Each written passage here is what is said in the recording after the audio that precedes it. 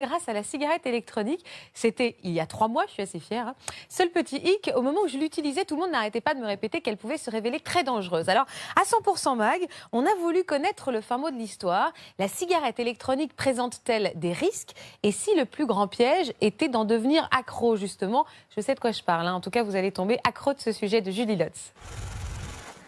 Contrairement aux apparences, Thierry n'a pas touché une cigarette depuis 5 semaines. Ce qu'il tient dans sa main, c'est une cigarette électronique.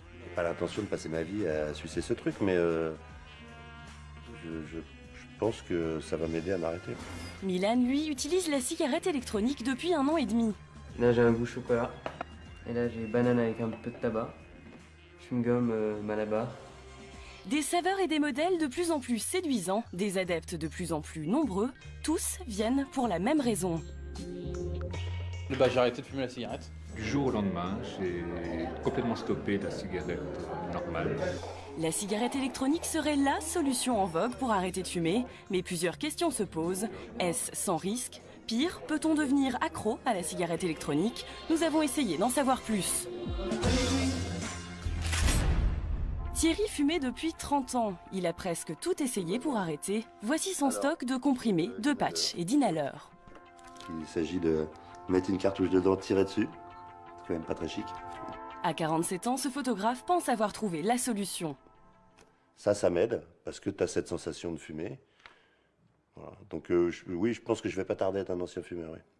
En tout cas, il ressent déjà des effets positifs. Ça passe cette espèce de goût de tabac, où la première clope du matin te fait quand même une haleine de cow-boy. Et en plus, ça sent rien. Alors c'est quand même assez pratique. Moi, je dérange plus. C'est dans cette boutique que Thierry a trouvé l'objet qui permet d'arrêter de fumer tout en continuant à fumer. Enfin, pas exactement. On vapote. On vapote. Vapoter, comprenez, aspirer et expirer de la vapeur. Comment ça marche? Une cigarette électronique, c'est une batterie rechargeable et une résistance qui chauffe un liquide pour le transformer en vapeur. On retrouve des parfums proches du tabac. On peut ou non mettre de la nicotine comme dans la cigarette normale. L'électronique, en revanche, ne contient ni goudron ni ammoniac. Elle est donc, pour ses revendeurs, une manière de fumer sainement et à moindre coût. Environ 60 € pour le kit de base et 6 € pour une recharge qui équivaut à 6 paquets de cigarettes classiques. C'est environ 4 fois moins cher que le tabac en moyenne. Le business est florissant, les boutiques spécialisées dans la vente de cigarettes électroniques sont de plus en plus nombreuses. On a commencé avec globalement 8-10 clients jour.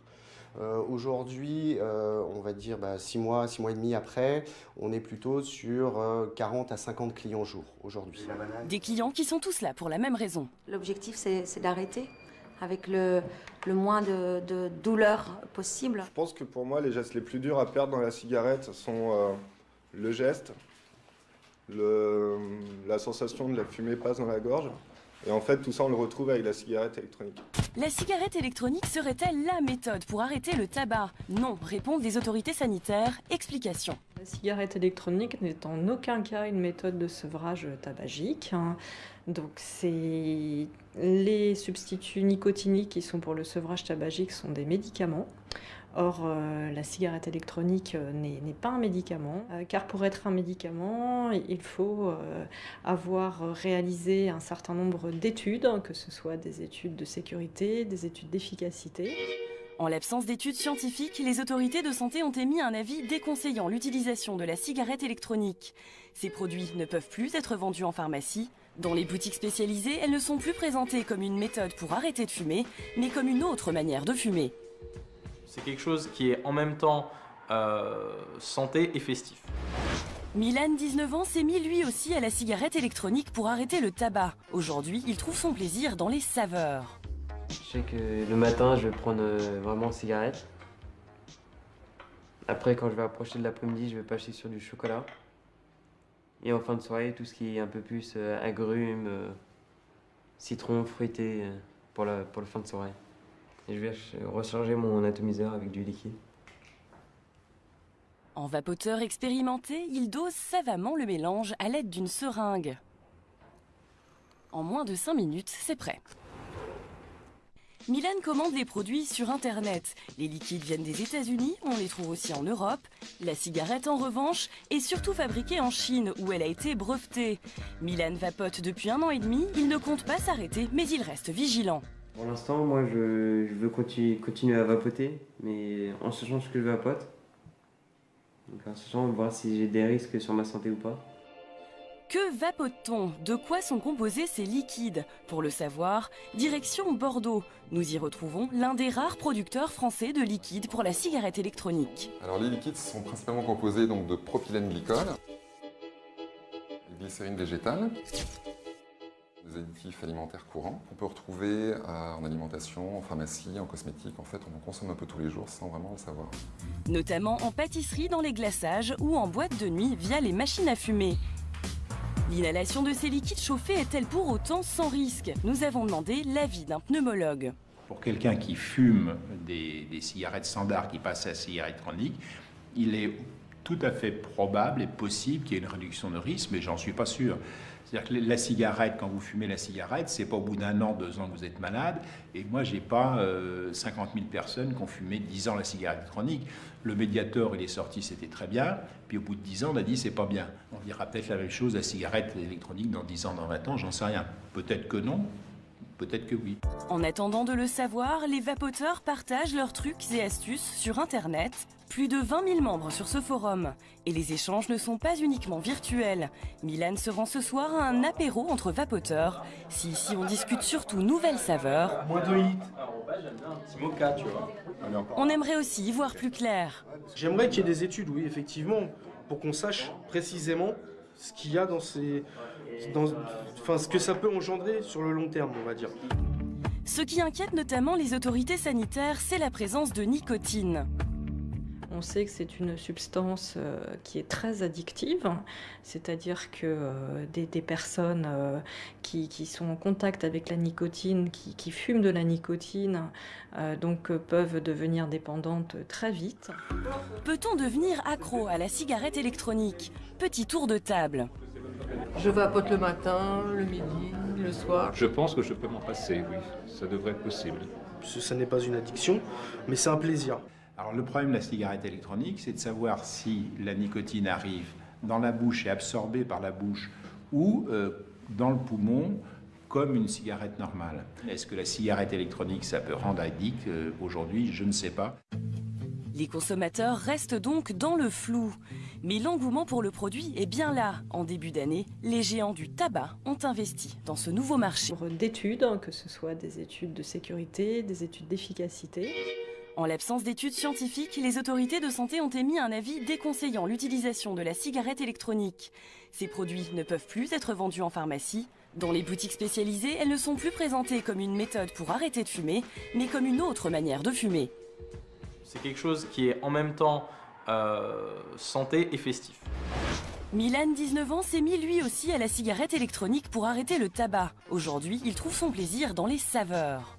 Je sais que le matin, je vais prendre vraiment cigarette. Après, quand je vais approcher de l'après-midi, je vais passer sur du chocolat. Et en fin de soirée, tout ce qui est un peu plus agrumes, citron, fruité pour la fin de soirée. Et je vais recharger mon atomiseur avec du liquide. En vapoteur expérimenté, il dose savamment le mélange à l'aide d'une seringue. En moins de 5 minutes, c'est prêt. Milan commande les produits sur Internet. Les liquides viennent des États-Unis, on les trouve aussi en Europe. La cigarette, en revanche, est surtout fabriquée en Chine, où elle a été brevetée. Milan vapote depuis 1 an et demi, il ne compte pas s'arrêter, mais il reste vigilant. Pour l'instant, moi, je veux continuer à vapoter, mais en sachant ce que je vapote. Donc en sachant voir si j'ai des risques sur ma santé ou pas.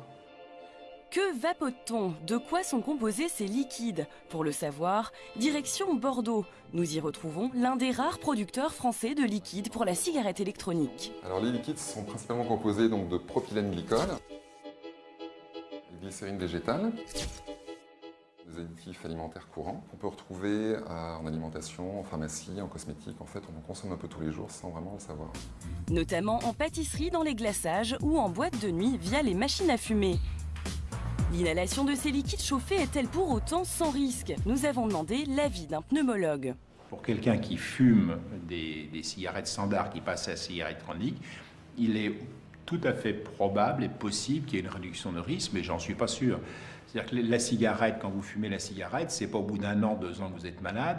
Et moi, j'ai pas 50 000 personnes qui ont fumé 10 ans la cigarette électronique. Le Mediator, il est sorti, c'était très bien. Puis au bout de 10 ans, on a dit c'est pas bien. On dira peut-être la même chose, la cigarette électronique dans 10 ans, dans 20 ans, j'en sais rien. Peut-être que non, peut-être que oui. En attendant de le savoir, les vapoteurs partagent leurs trucs et astuces sur Internet. Plus de 20 000 membres sur ce forum. Et les échanges ne sont pas uniquement virtuels. Milan se rend ce soir à un apéro entre vapoteurs. Si ici on discute surtout nouvelles saveurs, Moins de hits. J'aime bien un petit mocha, tu vois. on aimerait aussi y voir plus clair. J'aimerais qu'il y ait des études, oui, effectivement, pour qu'on sache précisément ce qu'il y a dans ces... Enfin, ce que ça peut engendrer. Rechargeable et une résistance qui chauffe un liquide pour le transformer en vapeur. On retrouve des parfums proches du tabac. On peut ou non mettre de la nicotine comme dans la cigarette normale. L'électronique en revanche ne contient ni goudron ni ammoniac. Elle est donc pour ses revendeurs une manière de fumer sainement et à moindre coût. Environ 60 € pour le kit de base et 6 € pour une recharge qui équivaut à 6 paquets de cigarettes classiques. C'est environ 4 fois moins cher que le tabac en moyenne. Le business est florissant, les boutiques spécialisées dans la vente de cigarettes électroniques sont de plus en plus nombreuses. On a commencé avec globalement 8-10 clients jour. Aujourd'hui, on va dire 6 mois et demi après, on est plutôt sur 40 à 50 clients jour aujourd'hui. Des clients qui sont tous là pour la même raison. L'objectif, c'est d'arrêter avec le moins de douleur possible. Je pense que pour moi, les gestes les plus durs à perdre dans la cigarette sont le geste, la sensation de la fumée passe dans la gorge. Et en fait, tout ça, on le retrouve avec la cigarette électronique. La cigarette électronique serait-elle la méthode pour arrêter le tabac? Non, répondent les autorités sanitaires. Explication. La cigarette électronique n'est en aucun cas une méthode de sevrage tabagique. Donc les substituts nicotiniques qui sont pour le sevrage tabagique sont des médicaments. Or, la cigarette électronique n'est pas un médicament, car pour être un médicament, il faut avoir réalisé un certain nombre d'études, que ce soit des études de sécurité, des études d'efficacité. En l'absence d'études scientifiques, les autorités de santé ont émis un avis déconseillant l'utilisation de la cigarette électronique. Ces produits ne peuvent plus être vendus en pharmacie. Dans les boutiques spécialisées, elles ne sont plus présentées comme une méthode pour arrêter de fumer, mais comme une autre manière de fumer. C'est quelque chose qui est en même temps santé et festif. Milan, 19 ans, s'est mis lui aussi à la cigarette électronique pour arrêter le tabac. Aujourd'hui, il trouve son plaisir dans les saveurs. Je sais que le matin, je vais prendre vraiment cigarette. Après, quand je vais approcher de l'après-midi, je vais passer sur du chocolat. Et en fin de soirée, tout ce qui est un peu plus agrumes, citron, fruité pour le fin de soirée. Et je vais recharger mon atomiseur avec du liquide. En vapoteur expérimenté, il dose savamment le mélange à l'aide d'une seringue. En moins de 5 minutes, c'est prêt. Milan commande les produits sur Internet. Les liquides viennent des États-Unis, on les trouve aussi en Europe. La cigarette, en revanche, est surtout fabriquée en Chine, où elle a été brevetée.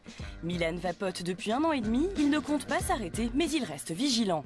Pour l'instant, moi, je veux continuer à vapoter, mais en sachant ce que je vapote. Donc en sachant voir si j'ai des risques sur ma santé ou pas. Que vapote-t-on? De quoi sont